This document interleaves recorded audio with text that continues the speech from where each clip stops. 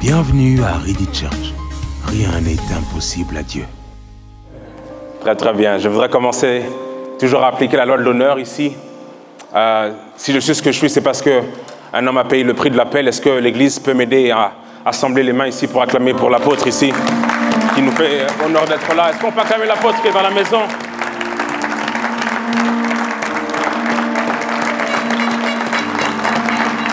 Est-ce qu'on peut acclamer l'apôtre qui est dans la maison ici? Est-ce qu'on peut acclamer l'apôtre qui est dans la maison ici?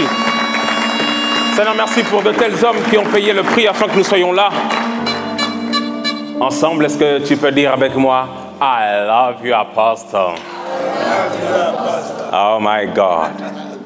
Je voudrais continuer dans la loi de l'honneur. Je sais qu'il y a maman prophétesse qui est là, qui a un sens du prophétique énorme. Est-ce qu'on peut acclamer Dieu pour maman prophétesse qui est derrière?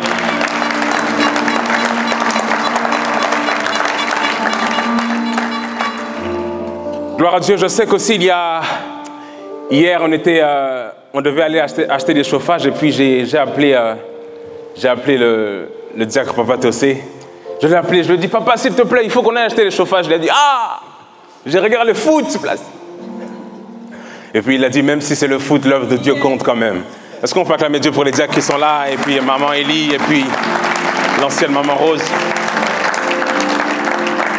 Nous cultivons, dis à ton voisin, nous cultivons la loi de l'honneur. Nous cultivons la loi de l'honneur. Elle va rentrer, elle va rentrer. Je prêche, mais je sais qu'il y a aussi quelqu'un qui prêche aussi dans la maison, qui est le pasteur Isabelle, qui est une femme forte, une femme de parole, de puissance. Est-ce qu'on peut acclamer Dieu?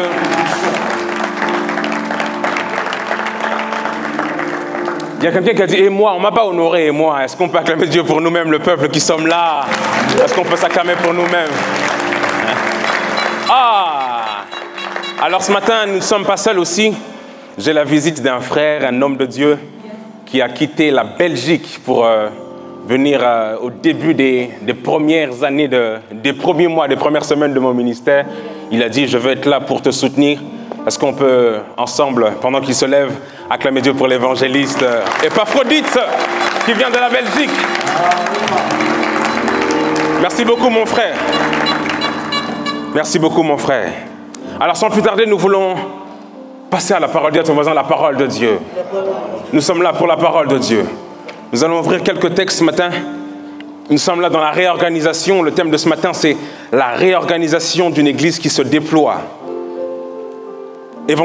Éphésiens 3:10, afin que les dominations et les autorités dans les lieux célestes connaissent aujourd'hui par l'église la sagesse infiniment variée de Dieu. Alors, nous allons aller dans Acte 2:37. Acte 2:37. Acte 2:37. Alors, nous parlons de la réorganisation. Tu peux dire avec moi, réorganisation. Yeah, ce mois est un mois super stratégique pour définir les prochains mois, les prochaines années. L'apôtre a déposé un message super apostolique où il a dit qu'il n'y a pas d'organisation sans organe. Hein? Il a dit que à chaque fois que nous nous réunissons, l'organe principal doit être Jésus-Christ. Alléluia. Amen. Très bien. Il a planté le décor et je voudrais continuer à construire dessus.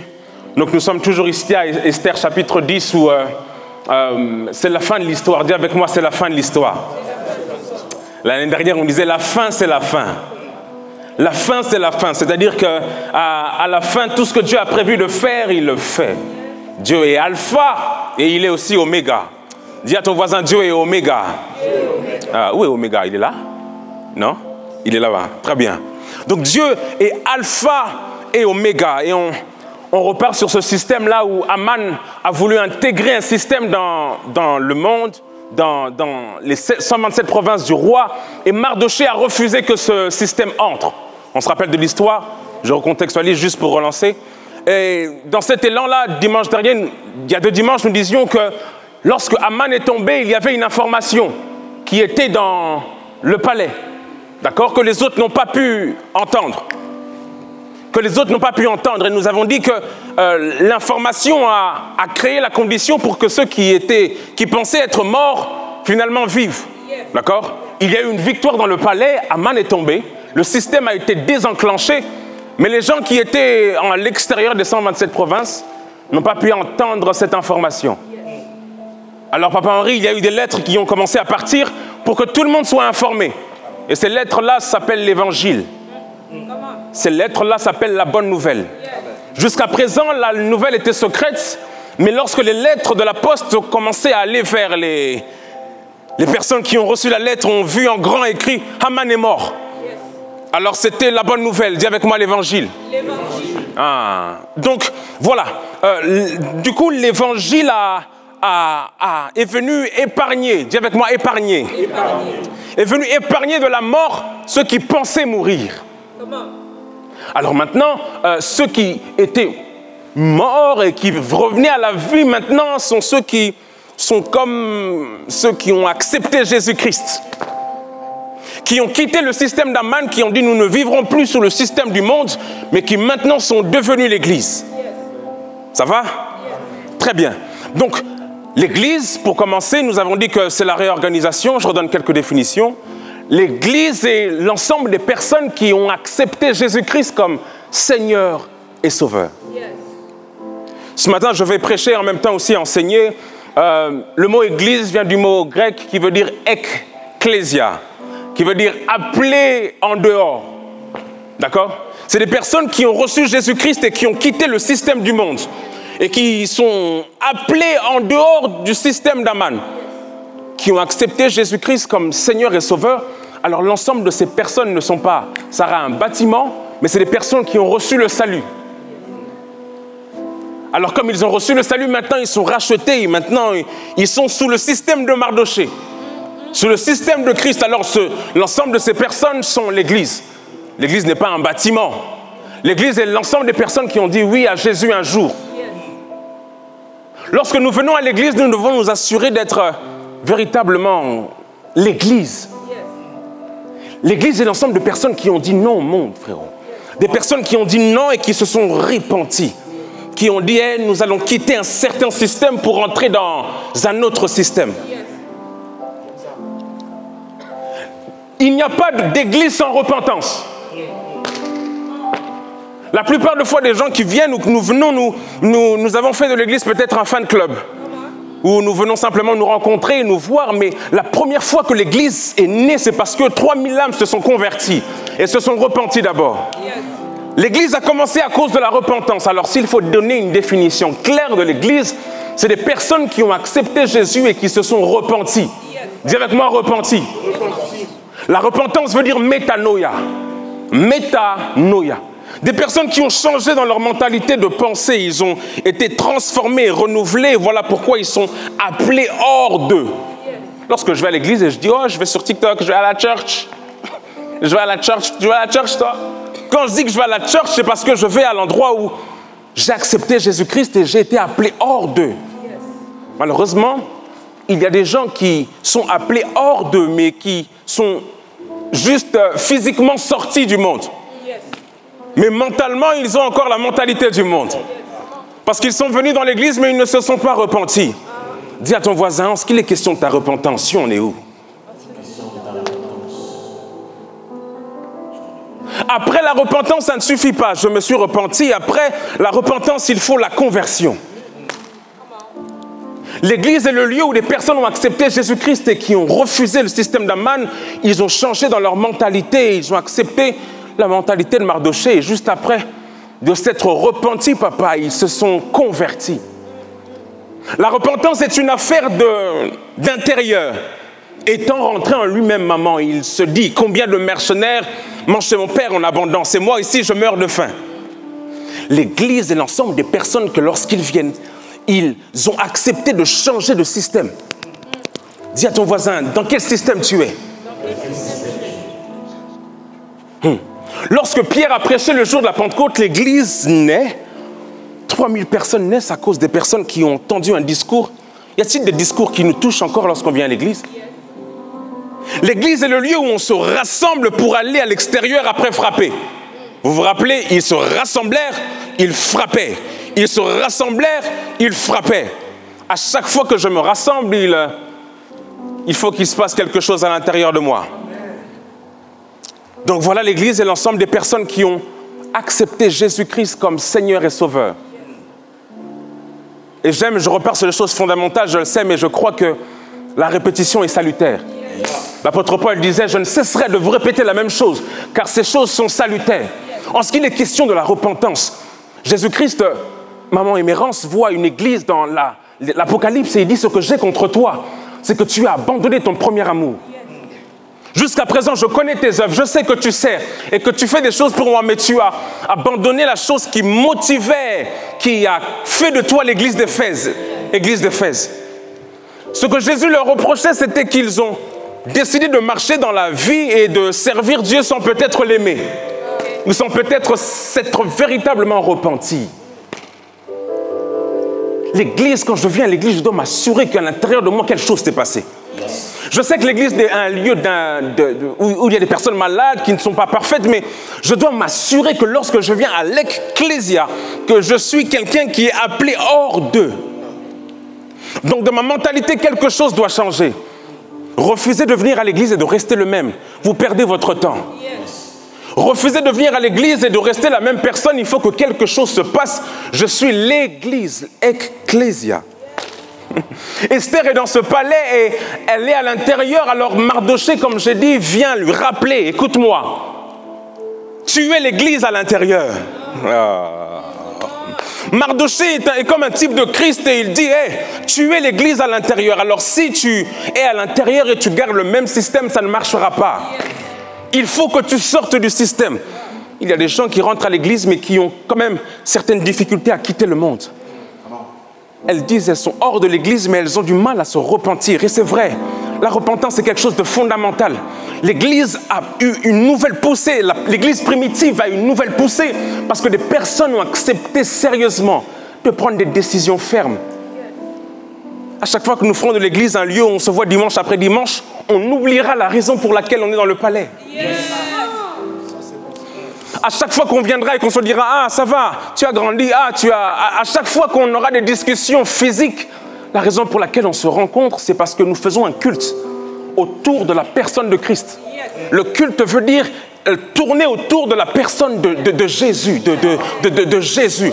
Je voudrais poser des fondements clairs et redéfinir ce qu'est l'Église. L'Église est née autour des personnes qui étaient en prière.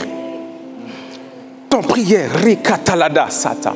Et l'Esprit est descendu et là, l'Église, c'est vrai, a des aspects associatifs où on aide les gens, où on se supporte, mais elle est premièrement spirituelle. Dis avec moi spirituelle. Oh, j'aime les gens qui écrivent pendant que je parle. Je suis en train de redéfinir l'Église ici. Donc c'est être appelé en dehors de... Donc Christ ici... Donc Esther à l'intérieur ici joue, je ne voudrais pas faire de typologie d'erreur, mais joue le rôle un peu ici de comme l'Église. Éphésiens, le 3:10, dit que certaines personnes, les autorités connaîtront la sagesse infiniment variée de Dieu à cause de l'Église. L'Église est le plan de Dieu pour le monde. Lorsque Dieu veut faire quelque chose sur la terre, il regarde l'Église. L'Église, l'Église, l'Église, l'Église. Il existe deux types d'églises, écoute-moi. Il y a l'Église universelle, qu'on appelle le corps du Christ. C'est l'ensemble des églises, Sarah, qui se réunissent dans le monde. En Hamas, il y a des gens qui prient, Seigneur Jésus, sauve-nous de cette situation. Ces personnes-là sont comme des cellules, mais elles font partie de l'église corps du Christ. Je sais que c'est répétitif, mais c'est salutaire. Dis à ton voisin, c'est salutaire. Parce qu'à partir du moment où on oublie qui... Donc il y a la première église qui est l'église universelle, qui joue un rôle dans le monde. C'est-à-dire que les autorités et Assyrus doivent savoir qui est l'église par Esther. C'est-à-dire que c'est par moi que les gens vont connaître l'église et le tableau de Dieu. Pour que les gens arrivent à voir ce que Dieu écrit. L'église est le panneau indicateur de Dieu pour montrer au monde comment fonctionner. Si le panneau est bousillé, Dieu ne peut plus rien faire. Si le panneau est en train de tomber, Dieu ne peut plus rien faire. Si le panneau oublie pourquoi il est là, alors beaucoup de personnes ignoreront qui est Dieu. Alors il y a le corps du Christ, le corps du Christ. En Inde, en Éthiopie, partout, toute personne qui a accepté Jésus dans son cœur et s'est repenti, s'est converti, est considérée comme une personne qui est une partie intégrante du corps du Christ. Jésus est la tête et nous sommes le corps. D'accord? Alors ici, il peut avoir dans ce petit ongle, il peut avoir Idi. De l'autre côté, une telle église. De l'autre côté, nous constituons. Donc, première, c'est l'église universelle. Et la deuxième, c'est l'église locale. Dis à ton voisin, église locale. L'église locale est maintenant les parties qui forment le corps. Et lorsque je viens à l'église, j'entre dans le corps universel par le corps local. Lorsque je viens à l'église, je me rassemble avec le corps du Christ, mais par l'image visible de l'église locale. L'église universelle est invisible. Mais elle est visible par l'église locale. Les gens ne connaissent pas peut-être le corps universel de Christ à Nantes, mais ils le connaîtront par les églises locales. Ah, j'enseigne, dis à ton voisin, le pasteur enseigne, le pasteur enseigne, le pasteur enseigne. Il ne prêche pas aujourd'hui, il enseigne. Très bien. Donc il existe deux églises, l'église universelle et l'église locale. Lorsque je viens à l'église, je dois m'assurer de progresser. Quelqu'un m'a posé la question, je suis passé à une conférence, pasteur, comment faire pour savoir que je suis dans la bonne église? Je dis, oh, comment faire pour savoir que je suis dans la bonne église? Comment ça? Et puis j'ai ouvert les Écritures et je me suis rappelé qu'il a donné apôtres, pasteurs, prophètes. Il les a donnés pour le perfectionnement des saints, en vue de l'œuvre du ministère. Une église dans laquelle je progresse, c'est une église où Dieu veut que je sois. Parce que le but de l'église, quand Dieu a planifié l'église, c'est pour que nous progressions. C'est pour le perfectionnement des saints. Refusez de venir à l'église année après année et de louper votre perfectionnement. Apôtres, pasteurs, docteurs sont les dons de l'église. Les dons de l'église. Lorsqu'on a prié pour moi ici, j'ai dit à Dieu, je mets ma vie de côté pour être un don pour l'église. Maintenant, le don de l'église veut être distribué aux saints. Parce que les saints doivent être perfectionnés. Afin qu'eux, à leur tour, représentent l'église à l'extérieur. Il faut qu'il y ait un lieu de rassemblement. Il n'y a pas d'impact sans rassemblement. Il faut qu'il y ait quelqu'un qui soit un don pour les autres pour qu'il y ait un autre impact à l'extérieur. Il a donné. C'est-à-dire que lorsque je viens à l'église locale, je ne blague pas. C'est mon camp de concentration. C'est ici où je viens m'entraîner. L'église n'est pas un lieu où on se salue. Ah, salut, ça va? Oui, on peut se saluer, mais je veux comprendre que c'est spirituel. Quelque chose doit se passer ici. Lorsque la parole est prêchée, quelque chose doit se passer. Il y a des malades qui doivent être guéris. Il y a quelque chose qui doit pousser. La foi d'hier ne peut plus être la foi de demain. Quelque chose doit se passer à l'intérieur de moi. Je refuse de venir à l'église et d'être le même année après année. Je veux progresser, pousser. Parce que l'église est un lieu de progression. Et elle progresse avec, du coup, l'organisation. Dis à ton voisin, est-ce que tu progresses? Est-ce que tu progresses? On vient à l'église, maman nous invite, maman nous dit, hey, on va aller à l'église. Ah, maman, église encore? Ah, d'accord, attends, je vais me préparer. Je vais mettre quelle tenue, maman, aujourd'hui? Ça va cette tenue? Maman, plutôt celle-là. Maman, que je mette un rouge comme ça à l'église, là, ils vont voir comment je sais mettre le rouge là. Je vais frapper là comme ça. Ils vont dire, ah, Nazo souffre, je souffre.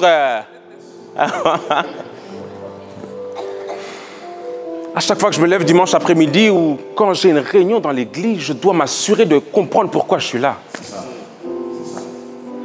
L'église a fait de moi l'homme que je suis. L'église m'a développé, frère. J'aime souvent dire, lorsque vous voulez voir le produit de l'église, j'ai grandi là et l'église a fait de moi ce que je suis. Et que je sois pasteur ou pas pasteur, j'aurais représenté l'église à l'extérieur. J'aurais fait des choses pour que, par la sagesse, pour que la sagesse infiniment variée de Dieu soit claire et distincte. Que les gens, lorsqu'ils te voient, arrivent à discerner que ça, c'est la sagesse infiniment variée de Dieu. Cyrus a vu des choses, mais il a vu, cette Esther a une beauté qu'elle a cultivée. Esther n'a pas sauvé son peuple par l'onction, mais par sa beauté. On n'a pas besoin de tous moins, on peut être beau pour impacter le monde. Esther était tellement belle que lorsqu'on la voyait, elle dit, oh my God, oh my God, oh my God. Vous avez vu déjà des frères, quand une sœur est trop belle, ils sourient pour rien, hein, ça va? Ils souriaient pas dès qu'ils voient Cindy, Cindy, Cindy dit que Cindy dit, ouais, c'est quoi? Tu t'arrêtes de qui, toi? Parce que l'Église forme et elle crée des hommes qui étaient ordinaires en personnes extraordinaires. Je voudrais définir ce qu'est l'Église. L'Église a transformé un jeune homme timide que je suis et l'a transformé en un homme conquérant dans la vie. L'Église m'a persuadé que la rue ne suffit pas, que la rue disqualifie.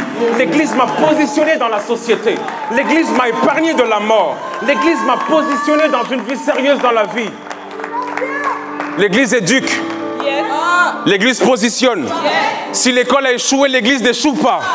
Oh, c'est l'épouse du Christ, elle n'échoue pas. Quelqu'un peut crier yeah!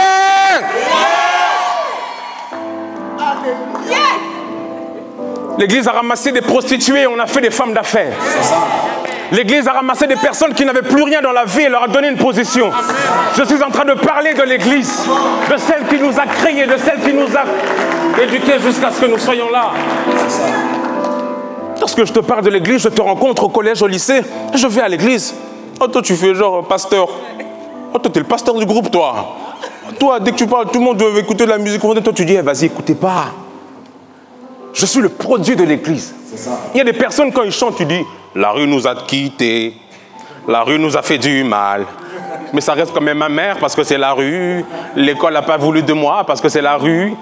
Ils admettent, même lorsque les PNL chantent, là, comment un peu PNL chante.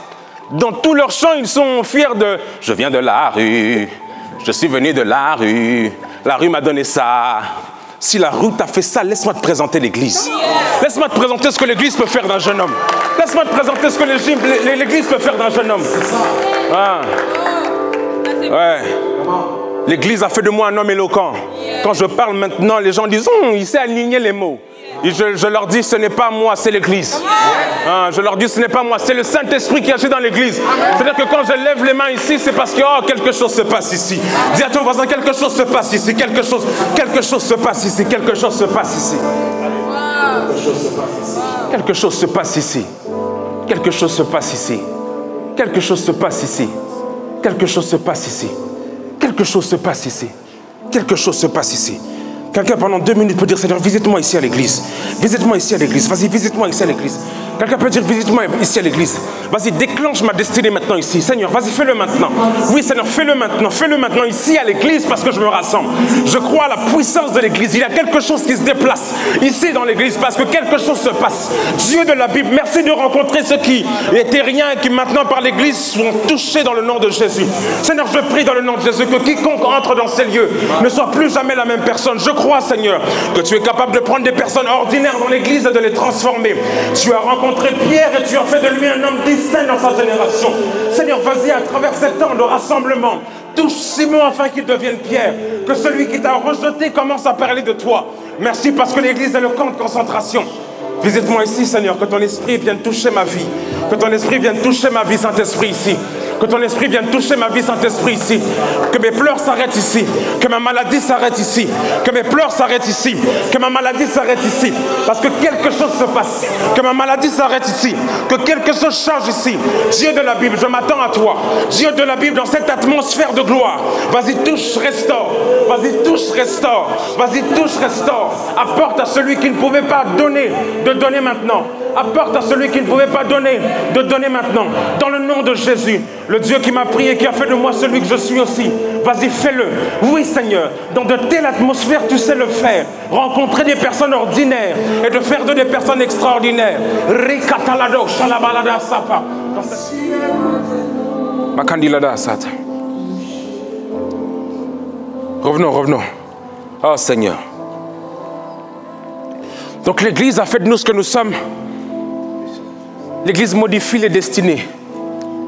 Elle change les destins de ceux qui pensaient être morts, Jemima. À cause de la lettre, de l'information qu'ils ont reçue, ces hommes ont changé. Elle change et elle modifie. Elle change et elle modifie.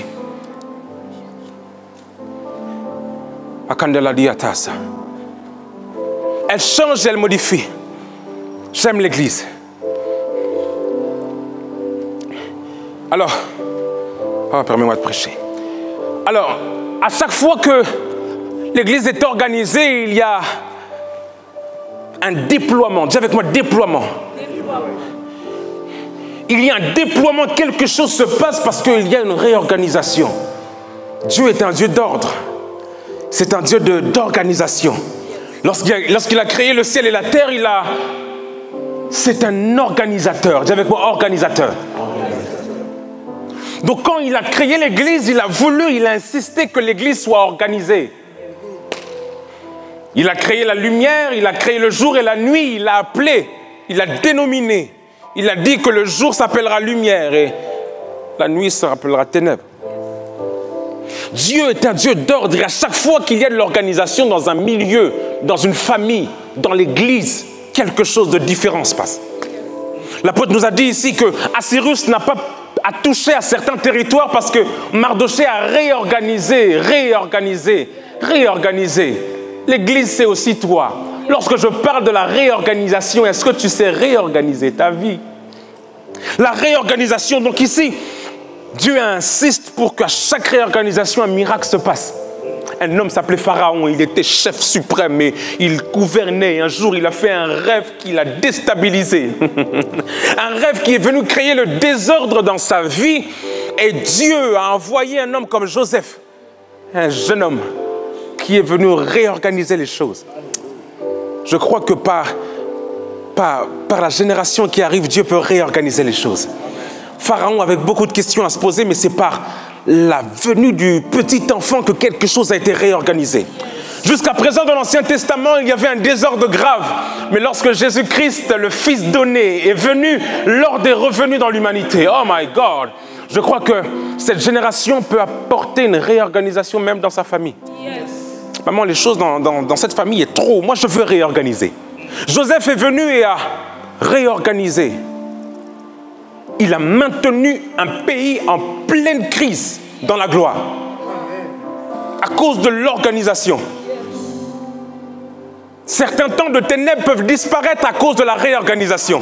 Oh, Joseph est venu annuler le temps de sécheresse dans l'Égypte à cause de la réorganisation. Il a maintenu une saison de gloire à cause de la réorganisation. Oh.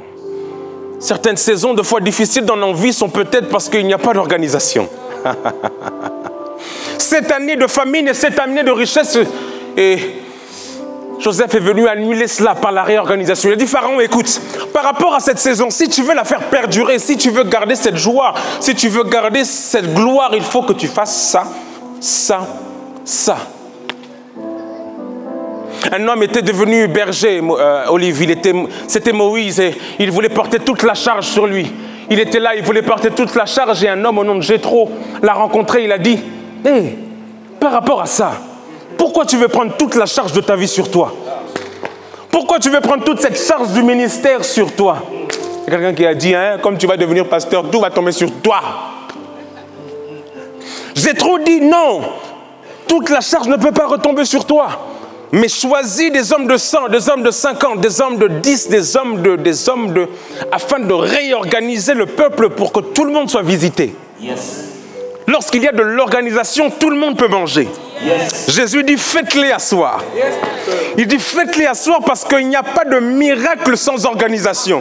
Oh, parce que le miracle a besoin d'une plateforme d'organisation. Le problème, c'est que nous demandons à Dieu, Seigneur, bénis-moi, mais nous ne sommes même pas organisés sur le terrain. Dieu dit, faites-les asseoir. Le miracle veut commencer, mais faites-les asseoir. Yes. Quelle discipline fais-tu asseoir dans ta vie pour que Dieu te bénisse? Il dit, faites-les asseoir. J'ai en moi l'onction qu'il faut, mais vous devez vous organiser. Il dit, la gloire qui arrive dans les prochaines années sera grande. Oh, si tu as un lien d'appartenance dans cette église, tu dois dire yes. Elle sera forte parce que nous voulons dresser la table. Nous voulons les faire asseoir. Parce qu'à chaque fois qu'il y a un peu d'administration, eh bien ça, tout le monde peut manger. Vous voyez, à la fin, s'il y a des beignets, si on a préparé des choses, s'il y a un désordre, quelqu'un va passer, va prendre 5 beignets. Il va partir avec. Quelqu'un va prendre 10. Mais s'il y a quelqu'un qui est à cette table, Erdina dit non, c'est 3 par personne. Donc ça va réorganiser la chose de sorte que tout le monde soit servi. Alors empêcher certaines frustrations. Lorsqu'il y a de l'ordre dans la table, tout le monde peut prendre des beignets. Ah, parce qu'il y a des gens, ah j'ai faim, je vais prendre 4, 5, 6. Mais comme il y a quelqu'un qui maintient l'ordre, même Preston va manger. Même le plus petit enfant va manger. Des fois, on arrivait à la maison et on voyait vraiment... Moi, j'aime les makemba, d'accord? Et on voyait des makemba comme ça. Et maman, comme organisatrice, moi, j'étais là, yes, c'est les makemba, je vais manger. Et maintenant, maman, elle disait, non, c'est pour papa. Je fais... À ce moment-là, maman, j'ai dit, papa aussi. Ça, c'est les makemba. Moi, je veux. Mais maman était en train d'organiser ce qui est à papa est à papa. Et ce qui est enfant, ce qui est aux enfants est aux enfants. De sorte que tout le monde se retrouve. L'organisation crée le partage. Il y a un partage lorsqu'on s'organise. On va manger, on va au KFC, ben on fait comment, on s'organise comment? C'est pas on va là-bas, on y va tous. Ah, ma carte, elle marche pas. Mais d'abord, je m'organise. Ok, 3 points d'organisation. 3 points d'organisation. Le premier point vis-à-vis de l'organisation, c'est prévoir. Prévoir, prévoir. Ceux qui écrivent, j'aime ça. Prévoir. Ça deviendra comme ça. À la maison, même Sydney va prévoir qui va faire la vaisselle. Hein, MC? MC, Sydney va faire un tableau. Nous, on avait un tableau comme ça. On a arrêté. On avait un tableau où le pasteur Isabelle mettait Placide, mardi. Placide, jeudi. Je dis, oh, pasteur, mets-moi un peu un jour de repos. Le premier point, c'est prévoir. C'est penser à demain. Les objectifs, poser un planning, un calendrier. L'année 2023 se finit, mais le mois de novembre peut être un mois décisif pour 2024, mon frère.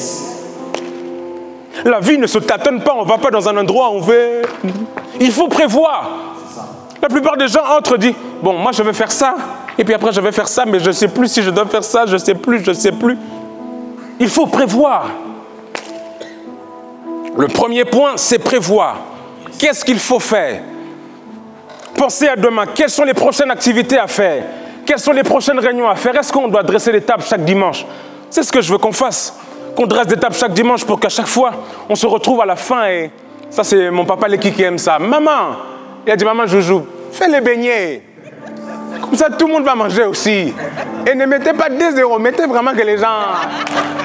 Allez, est-ce qu'on va clamer Dieu pour mon papa Leki aussi qui... Ça, c'est beau. C'est quelqu'un qui prévoit. Il sait qu'à la fin du culte, il y a des gens qui ont le ventre qui gargouille. Il te dit, bonjour pasteur, mais ils disent, tu nous as fait manger spirituellement, mais où est les pains? Où est l'agneau? Donc il faut prévoir, penser au futur.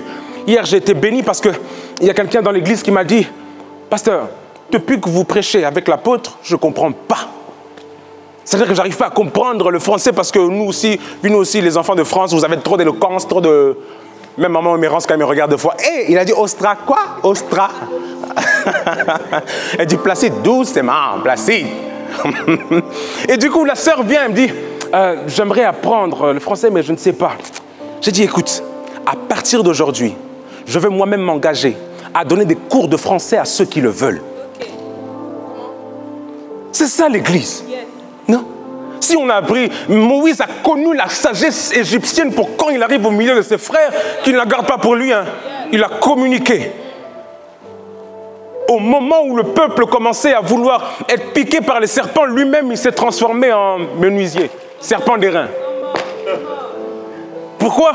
Parce qu'il a mis son don au service des autres. Mettez au service des autres, apôtres, le don que vous avez reçu. C'est ce que nous allons faire. Nous allons faire des cours de soutien, Sarah. Par la grâce de Dieu, on va faire en sorte qu'on va se réunir. Cours de soutien, si tu veux. Je ne comprends pas les mathématiques. Il y a le pasteur Isabelle qui est en banquière, elle est comptabilité. Tu vas voir.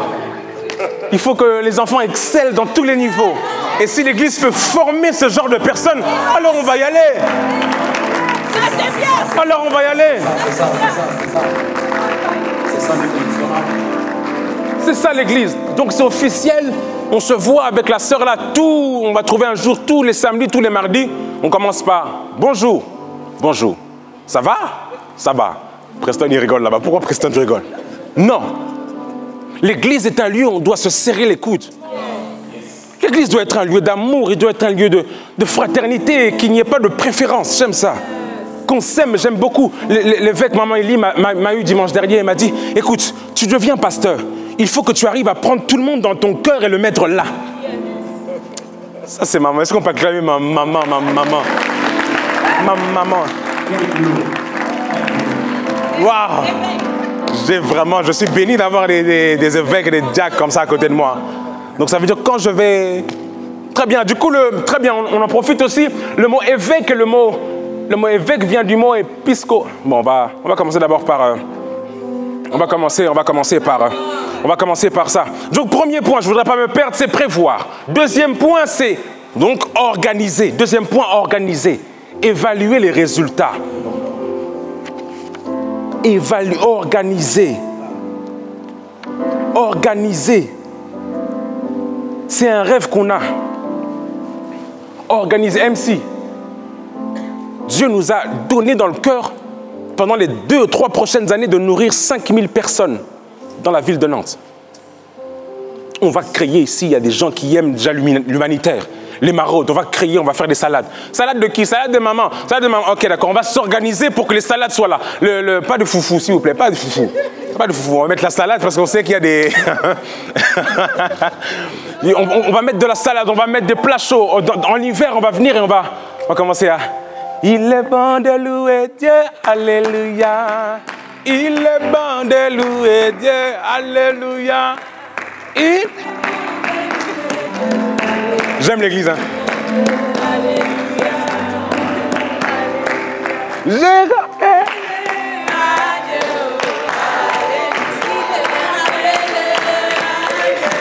Qui a dit que je ne sais pas danser? Très bien, on sera avec Jemima. Là, Jemima, elle va déposer les premiers paniers. J'ai rappelé à Dieu. La personne qui n'avait pas, elle va dire yes. C'est qui? C'est Jésus, quoi?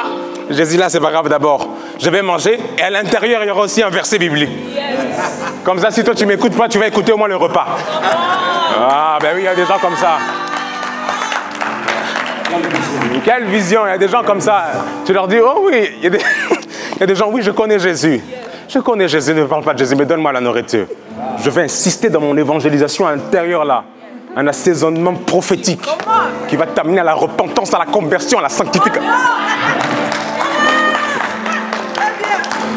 Donc voilà, nous sommes en train d'organiser pour créer Ready Center. C'est un rêve. Et maintenant, peut-être accueillir des personnes qui viennent de pays étrangers, de fond les laisse dehors. Et si Dieu nous fait grâce, il nous étend les limites. On prend un bâtiment pour l'église et un bâtiment maintenant pour juste accueillir ces personnes. On leur donne un cadre, peut-être des petites chambres. Et puis, au fur et à mesure, on leur apprend le français aussi. Tu vois, bonjour. Bonjour, bonjour, bonjour. Maintenant, dans leur lieu administratif, ils savent aussi parler. Et maintenant, la mairie regarde et dit, oh, ça c'est qui ça? C'est l'église ou c'est le palais? C'est Esther ou c'est le... Ça c'est l'église. Est-ce qu'on peut acclamer Dieu pour l'église? Pour l'église, pour l'église.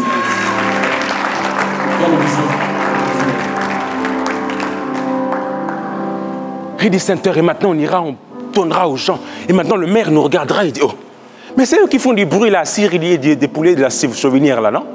C'est eux qui crient, la sœur là, qui crie, alléluia Jésus. Ils font du bruit, mais malgré ça, ils apportent un plus-value. Yes. Indispensable, il faut que dans la ville, les gens disent, cette église est indispensable dans cette ville. Yes.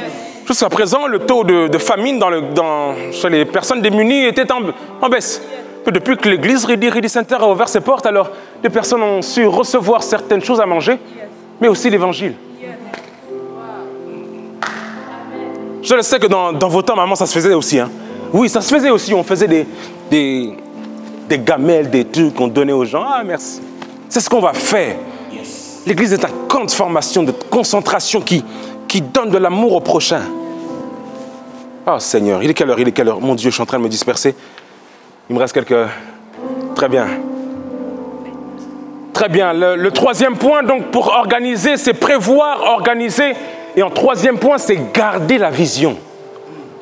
Maintenir la vision.